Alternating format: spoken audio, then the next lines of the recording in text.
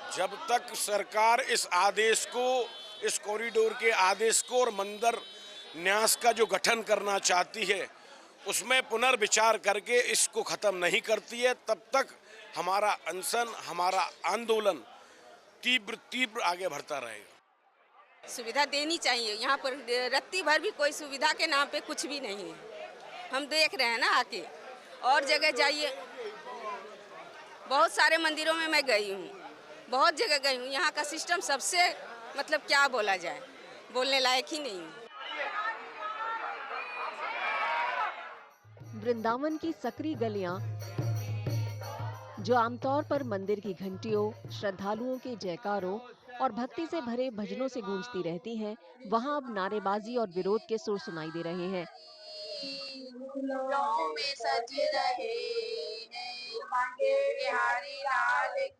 इसका केंद्र मशहूर बांके बिहारी मंदिर है।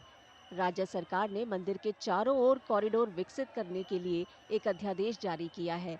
इसका मकसद दर्शन के लिए आने वाले श्रद्धालुओं के अनुभव को सुखद बनाना है। हालांकि मंदिर की देखभाल करने वाले लोगों का आरोप है कि ये कॉरिडोर उत्तर प्रदेश सरकार द्वारा सदियों पुराने मंदिर को अपने नियंत्रण में लेने का एक बहाना है। ये हमारा निजी मंदिर है। आप यहाँ मंदिर के बोर्ड पे देख सकते हैं कि गोस्वामियों का निजी मंदिर। हमारे पूर्वज स्वामी श्री हरदास जी महाराज ने अपनी भक्ति और संगीत की साधना से इनको निधिवन में प्रकट किया। उनके छोटे भाई की संतान हम लोग इनकी सेवा पूजा पद्धति, ठाकुर जी को लाड़ लड़ाना, भाव करना, हमारी प्राचीन काल से पीढ़ी दर पीढ़ी हम लोग सेवा करते आए हैं। फिर सरकार ने जो कॉरिडोर बनाने का एक ऐलान किया, रात में ऑर्डिनेंस पास हो गए, राज्यपाल जी ने आदेश कर दिए। तो ना तो हमसे कोई विचार विमर्श किया गया, ना हमको इस चीज की कोई जानकारी दी गई। और सोने पे सुहागा तो तब हुआ कि यहाँ की जब कुंज गलियों को तोड़ने का इन्होंने फरमान जारी कर दिया।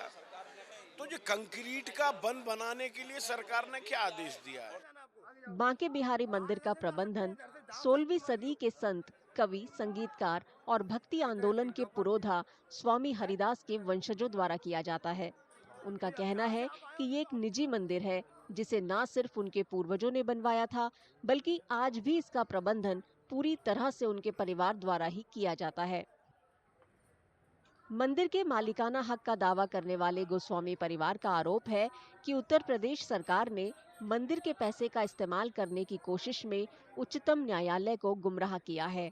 उनके मुताबिक कॉरिडोर के जरिए राज्य सरकार मंदिर द्वारा अपनाई जाने वाली सदियों पुरानी परंपराओं को अपने काबू में लेना चाहती है।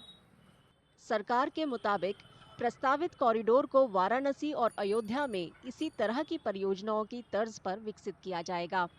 उसका कहना है कि कॉरिडोर का मकसद मंदिर तक पहुंच में सुधार करना और श्रद्धालुओं को बेहतर सुविधाएं देना है। हालांकि गोस्वामी परिवार का कहना है कि कॉरिडोर के बनने से भगवान कृष्ण की इस तीर्थ नगरी की ऐतिहासिक, धार्मिक और सांस्कृतिक विरासत पूरी तरह बर्बाद हो जाएगी। सुविधा आप बताइए, जब हम ही नहीं रहेंगे तो हम सुविधाओं का क्या करेंगे? और किसकी सुविधाओं की बात कर रहे हैं? जो लोग यहाँ सिर्फ सेल्फी लेने आते हैं या सिर्फ यहाँ घूमने के पर्पज से आते हैं। आप जो असली दर्शनार्थी है, असली भक्तगण हैं, आप उनसे पूछिए। इन्हीं कुंज गलियों में घूमने में उनको अच्छा लगता है, उन्हें इन्हीं में आनंद आता है, इन्हीं में उन्हें रस मिलता है। क्योंकि कुंज बिहारी हमारा कुंजों का ठाकुर है। कुंज गलियाँ ही नहीं रहेंगी तो कुंज बिहारी का तो कोई अस्तित्व ही नहीं है। और जब उसका अस्तित्व नहीं तो हमारा अस्तित्व तो है ही नहीं।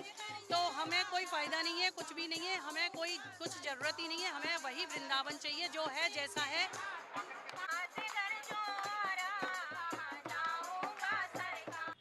पिछले महीने सर्वोच्च न्यायालय ने उत्तर प्रदेश सरकार के लिए श्री बांके बिहारी मंदिर के चारों ओर कॉरिडोर विकसित करने का रास्ता साफ कर दिया। इससे राज्य सरकार मंदिर के पैसे का इस्तेमाल कर मंदिर के चारों ओर 5 एकड़ भूमि खरीद सकेगी, ताकि वहां बड़ी संख्या में आने वाले श्रद्धालुओं के लिए बेहतर इंतजाम किए जा सकें।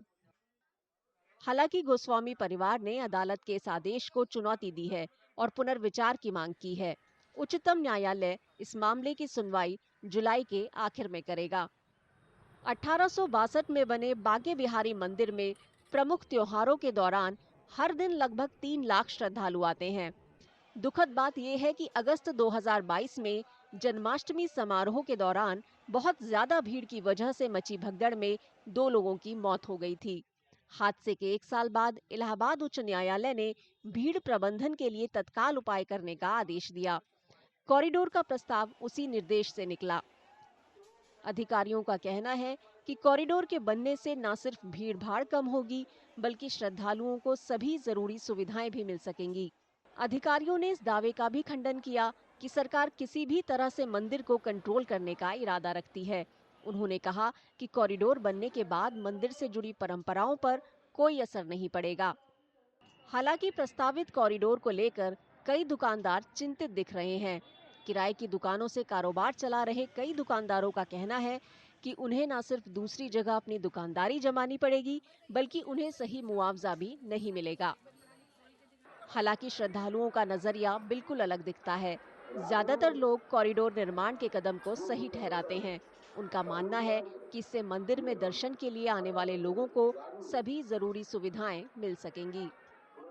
पुजारियों के एक संगठन ने ये प्रस्ताव दिया है कि मकानों और दुकानों को तोड़े जाने से बचाने के लिए मंदिर को वृंदावन के भीतर ही किसी खुली जगह पर शिफ्ट कर दिया जाए। 4 जून को राज्य सरकार ने श्री बांके बिहारी मंदिर न्यास ट्रस्ट के गठन को भी मंजूरी दे दी। हालांकि पुजारी सवाल उठाते हैं कि जब एक निकाय पहले से ही मौजूद है तो नए निकाय की क्या जरूरत है। मथुरा नगर निगम ने भी मंगलवार को औपचारिक रूप से बांके बिहारी कॉरिडोर के प्रस्ताव को मंजूरी दे दी। अधिकांश पार्षदों ने प्रस्ताव का समर्थन किया। हालांकि कुछ पार्षदों ने इस पर अपनी आपत्ति जताई।